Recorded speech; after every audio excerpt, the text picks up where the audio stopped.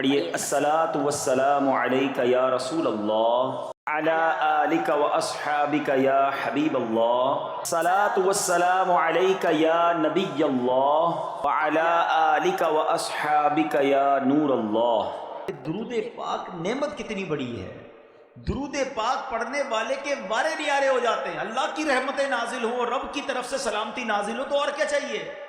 اس پرفتن، اس خطرناک دور میں جب بلائیں ہیں، وبائیں ہیں، ٹینشنیں ہیں، پرابلمز ہیں، خوف ہے، اور ہر بندہ چاہتا ہے کہ وہ سیکیور رہے، صبح گھر سے جائے شام گھر خیر سے آئے، کاروبار پہ خیر رہے، گھر میں خیر رہے، فیملی میں برکت رہے، وہ کون سا طریقہ ہے جس سے مجھے یہ سیکیورٹی مل جائے؟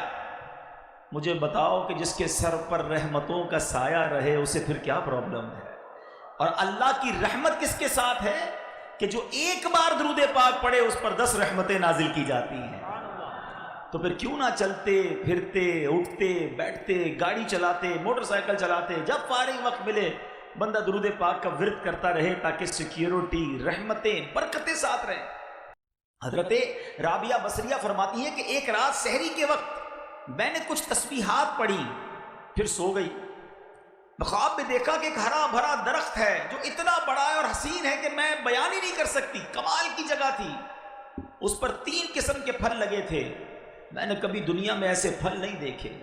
کچھ پھل سفید تھے، کچھ سرخ تھے، کچھ زرد تھے، اور سب اس درخت میں چاند سورج کی طرح چمک دمک رہے تھے۔ فرماتی ہے کہ مجھے وہ درخت بڑا اچھا لگا، میں نے پوچھا یہ کس کا ہے؟ تو کہنے والے نے کہا یہ آپ کا ہے، اور جو ابھی آپ نے تسبیحات پڑھی ہیں اس کا بدلہ ہے۔ یہ اللہ کا ذکر کر رہی تھی نا، یہ اس ذکر کا بدلہ ہے۔ تو فرماتی ہے میں درخت کے ارد گرد گھومنے لگی کہ میرا درخت ہے، تو دیکھا کچھ پھل زمین پر گرے ہوئے تھے۔ تو آپ نے کہا کہ کاش یہ پھل بھی درخت پر موجود ہوتے تو کتنے اچھے لگتے۔ تو کہا کہ یہ وہی لگے ہوئے تھے، مگر جب تسبیح پڑھتے ہوئے آپ سوچنے لگی نا اپنے آٹے کے بارے میں کہ آٹا صحیح گوندا تھا کہ نہیں گوندا تھا، خیال تھوڑی دیر کے لیے ڈسٹرب ہوا تھا، یہ اس وقت یہ والے پھل نیچے گر گئے تھے۔ اس سے سیکھنے کو کیا ملا میٹھے اسلامی بھائی؟ عبادت اللہ کی رضا کے لیے اور صحیح خشوع و خضوع کے ساتھ کی جائے، اس کا مرتبہ، اس کا ثواب، اس کا اجر ہی اور ہے، اور عبادت کرتے ہوئے دھیان ہی کہیں اور ہے۔ ہمارا تو حال یہ ہے کہ نماز پڑھیں تو ساری فیکٹری کا حساب چل رہا ہوتا ہے، پورا دن کیسے گزارا، بلکہ نمازی میں یاد کر رہے ہوتے سلام پھیر کے فلاں فلاں کو فون بھی کرنا ہے۔ ہاں سلام پھیرتی فوراً فون اٹھاتا ہے بندہ، یاد آیا نماز میں یار پیسے لینے باقی تھے، فلاں نے ٹائم دیا تھا۔ سر نماز پڑھ رہے ہیں اللہ کی بارگاہ میں اور دھیان کہیں اور ہے۔ اصل میں پہلے نا ہمیں یہ سمجھنا ہوگا شیطان کیا چاہتا ہے۔ جب تک ہم اپنے دشمن کے وار نہیں سمجھیں گے نا ہم انڈرسٹینڈ نہیں کر سکیں گے۔ شیطان پہلے یہ چاہتا ہے ہم عبادت نہ کریں، نہ نماز پڑھیں، نہ روزہ رکھیں، نہ مسجد میں جائیں، نہ صدقہ دیں، نہ خیرات دیں، ٹھیک ہے؟ وہ تو یہ چاہتا ہے کہ معاذ اللہ ہم بڑے بڑے گناہ کریں، بدکاری کریں، شراب پئیں، جوا کھیلیں، قتل کر دیں، بڑے بڑے گناہ کروانا چاہتا ہے۔ وجہ کیا ہے؟ شیطان اللہ کی بارگاہ سے مردود ہو چکا ہے، گارنٹیڈ جہنمی ہے۔ وہ چاہتا ہے میں اکیلا کیوں جاؤں، میں ان کو بھی ساتھ لے کے جاؤں، ان کا ایمان برباد کروں۔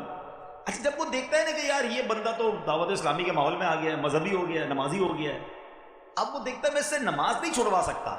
ہاں ایک کام ہو سکتا ہے کہ اس کی نماز میں خیالات ڈال دوں، اس کی نماز میں اس کو ڈسٹرب کرنا شروع کر دوں۔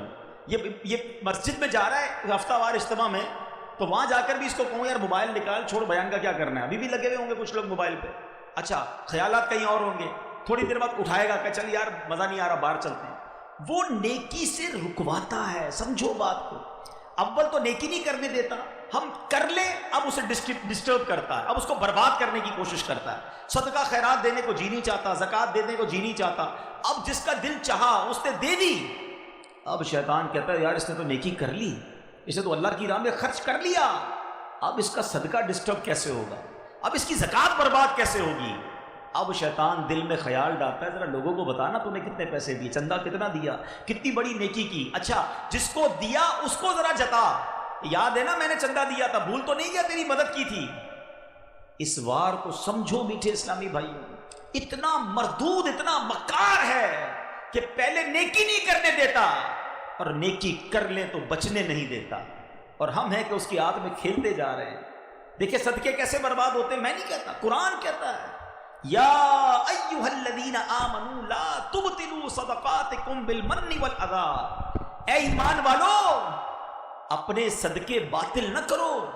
صدقے کیسے باطل ہو جاتے ہیں؟ بھائی میں نے تو مسجد میں پیسے دیے، رسید مل گئی، پیسے تو پہنچ گئے، باطل کیسے ہو گئے، ختم کیسے ہو گئے، نل اینڈ وائڈ کیسے؟ قرآن کہہ رہا ہے نا اے ایمان والو اپنے صدقے باطل نہ کرو. کس طرح؟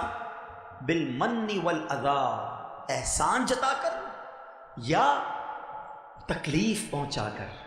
اور یہ کر رہے ہوتے ہیں ان ڈیلیبریٹلی یا ڈیلیبریٹلی، دانستہ و غیر دانستہ ہی چل رہا ہوتا ہے. میں نے اپنے ملازم کی بچی کی شادی کرا دی ہے، میں نے اس کو گھر دلا دیا ہے. بھائی یاد ہے نا تو فقیر تھا، غریب تھا، نوکری والا آیا تھا چپل پہن کر تیرے کو کاروبار پہ چڑھا دیا، آج لینڈ کروزر، آج گاڑی آ گئی، بھول تو نہیں گیا مجھے؟ وہ جو آپ نے اس وقت اس کے ساتھ بھلائی کی تھی، یہ جملہ کہہ کر سب ضائع کر دیا.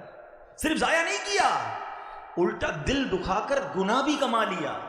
اور شیطان کامیاب ہو گیا کہ اس کا صدقہ بھی گیا، اس کا ثواب بھی گیا، اس کی نیکی بھی گئی، اور الٹا گناہ گار ہو گیا اور ہمیں پتہ بھی نہیں چلتا. نمازیں پڑھ کر دوسروں کو حقیر جان رہے ہوتے ہیں. یاد رکھیے نماز ضرور پڑھیے، مگر میں نمازی ہوں تو باقی سارے جہنمی ہیں، ایسا نہیں ہے.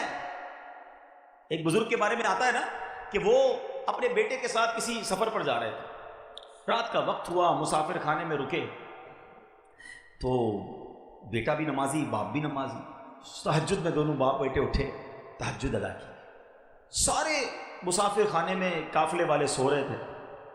بیٹا کہتا ہے ابا جان یہ کیسے لوگ ہیں، سارے ہی سو رہے ہیں، کسی نے تہجد نہیں پڑھی. اللہ اکبر. وہ والد تھے نا، وہ اللہ والے تھے. کہتے ہیں بیٹا تو بھی سویا رہتا تو ٹھیک تھا، تو نے آج تہجد پڑھ لی، تجھے باقی لوگ سارے حقیر نظر آنے لگے، اس سے بہتر تو بھی سویا رہتا تو ٹھیک تھا. تو یہ وار شیطان کے سمجھو. شیطان نیکی کرنے کے بعد، جیسے ہم نیکی کرتے ہیں نا، اس کو بے چینی شروع ہو جاتی ہے. اب وہ پلاننگ کرتا ہے کدھر سے اس کی نیکی چھین لوں، کدھر سے اس کی نیکی ڈسٹرب کر دوں. جب تک ہم یہ سمجھیں گے نہیں. حضرت رابعہ بصریہ رضی اللہ تعالیٰ عنہ جیسی ولیہ فرماتی تھوڑی دیر کے لیے تسبیح کرتے کرتے دھیان کہیں اور گیا تو وہ جنت کے درخت پر جو پھل لگے تھے وہ گر گئے.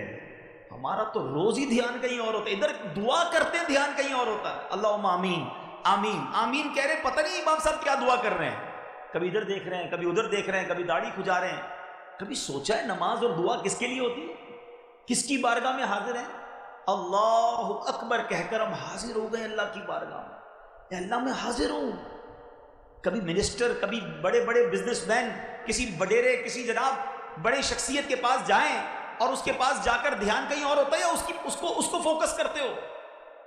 پھر اللہ کی بارگاہ میں کہیں اور دھیان ہے، مانگ رہے ہیں اللہ سے اور دھیان کہیں اور ہے.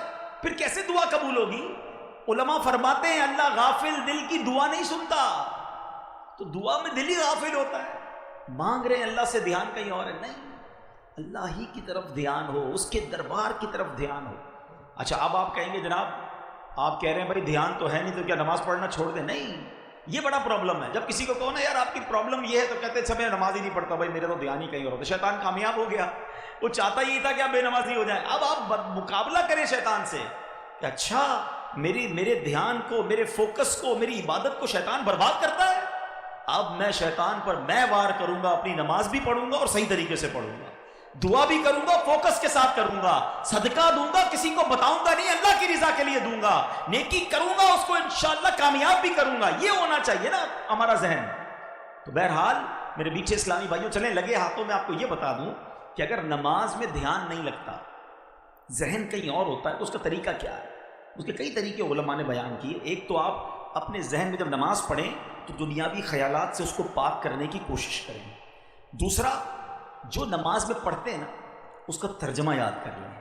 آپ کو پتا تو ہوا پڑھ کیا رہے ہیں. امام صاحب کیا پڑھ رہے ہیں؟ الحمدللہ رب العالمین الرحمن الرحیم مالک یوم الدین. اس کا ترجمہ جب آپ کے ذہن میں ہوگا نا کہ میں اللہ کی شان بیان کر رہا ہوں، اللہ روز جزا کا مالک ہے، وہ رحمان بھی ہے، وہ رحیم بھی ہے، میں اس سے عرض کر رہا ہوں کہ اللہ مجھے سیدھے راستے پہ چلا. اہدنا الصراط المستقیم صراط الذین انعمت علیہم. اے اللہ ان لوگوں کے راستے پہ چلا جس پر تیرا انعام ہوا، ان لوگوں کے راستے سے بچا لے مالک جس پر تیرا غضب ہوا. اب جب آپ سورہ فاتحہ کے ساتھ ہیں، سورہ اخلاص کے ساتھ ہیں، سبحان ربی العظیم کہہ رہے ہیں، تو دل کہہ رہا ہے کہ اللہ تو عظیم ہے، میں تیری بارگاہ میں سر جھکایا ہوا ہوں. تو اب آپ کا جب نماز میں دل لگ رہا ہوگا، اب آپ کو پتا ہوگا آپ کیا پڑھ رہے ہیں.